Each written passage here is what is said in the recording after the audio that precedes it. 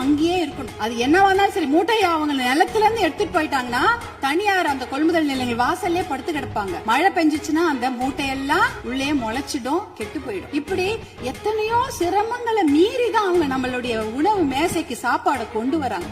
மாண்புமிகு பேரவைத் தலைவர்கள், உங்கள் வாயிலாக முதலமைச்சரை நாங்க கேட்டுக்கொள்வதுதான், உங்களுடைய அதிகாரிகள் சொல்லுவாங்க, ஐயோ நிதி சுமை, கடன் சுமை, கூடுதல் செலவினம் அப்படிலாம் சொல்லுவாங்க. ஆனா அதையெல்லாம் நீங்க அதையெல்லாம் ஒரு புறம் ஒதுக்கி வைத்து விட்டு அவர்களுக்கு முழு கடன் தள்ளுபடி செய்யணும். ஏற்கனவே 2000 கோடியா 6000 கோடியா உயர்த்திட்டீங்க. இன்னும் ஒரு 18,000 கோடியா அந்த கடன் தள்ளுபடி, கூட்டுறவு கடன்களை மட்டும் தள்ளுபடி செய்யுங்க. ஏன்னா ஏற்கனவே அவங்க 1 வருஷத்துக்கு தான் தள்ளுபடி செய்திருக்கீங்க. அதற்கு முன்னால ஒரு 2 வருஷம் கடன் அவங்க வாங்கி வச்சிருக்காங்க. அந்த கடனையும் முழுமையாக தள்ளுபடி செய்தீர்கள் என்றால் அவங்க கண்டிப்பாக எத்தனையோ கடுமையாக உழைக்க தயாராக இருக்கிறார்கள். அவங்களுக்கு அந்த ஒரு ரெஸ்பெக்ட் நம்ம கொடுக்கணும், அவங்களுக்கு அந்த நிவாரணத்தை நாம் தர வேண்டும் என்று உங்களை எல்லாம் நாங்கள் அன்போடு கேட்டுக்கொள்கின்றேன்.